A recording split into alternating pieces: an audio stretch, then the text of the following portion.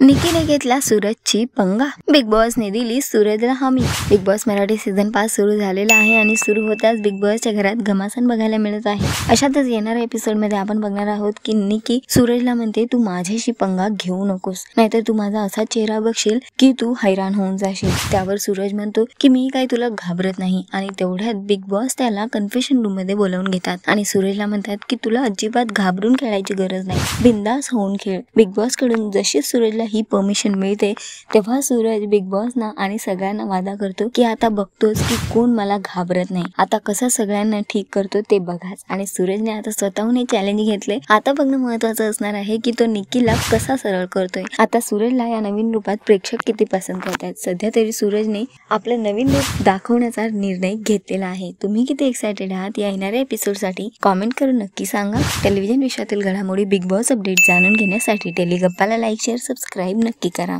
नमस्कार।